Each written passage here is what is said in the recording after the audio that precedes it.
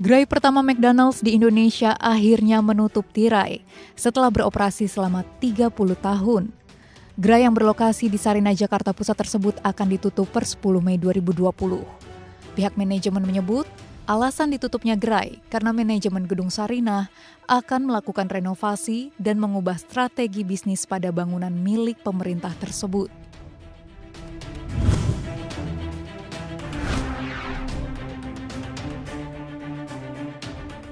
Peneliti Utrecht University, Erasmus Medical Center Belanda, dan Herber Biomed mengklaim telah menemukan antibodi monoklonal yang dapat memblokir infeksi COVID-19. Penelitian ini dibangun berdasarkan penemuan tim ketika menangkal virus SARS yang muncul pada periode 2002-2003. Antibodi monoklonal dipercaya mampu menyerang protein mahkota di tubuh COVID-19 dan menetralkannya. Saat ini antibodi tersebut berhasil diuji cobakan kepada tikus.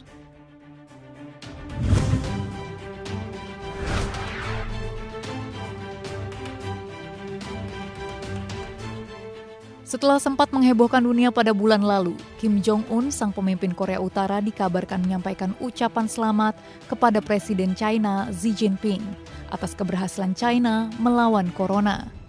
Kim menjadi perhatian dunia setelah hampir 3 pekan menghilang. Kim kembali tampil di depan publik pada 1 Mei setelah dikabarkan kritis dan mengalami operasi jantung pada pertengahan April.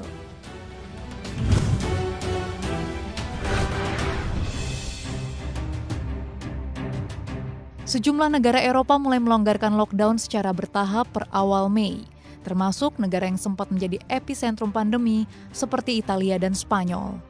Pelonggaran lockdown dimulai dengan membuka sejumlah toko dan salon. Namun khusus restoran dan sejumlah tempat yang rentan kerumunan publik baru akan dibuka pada akhir Mei.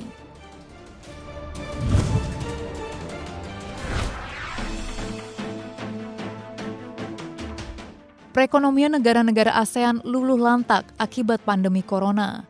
Meskipun ekonomi Indonesia melorot jauh ke 2,97% di kuartal 1 2020, angka tersebut masih lebih menggembirakan ketimbang yang dicatat oleh Singapura yang justru terkontraksi 2,2% dan Filipina yang minus 0,2% pada periode yang sama.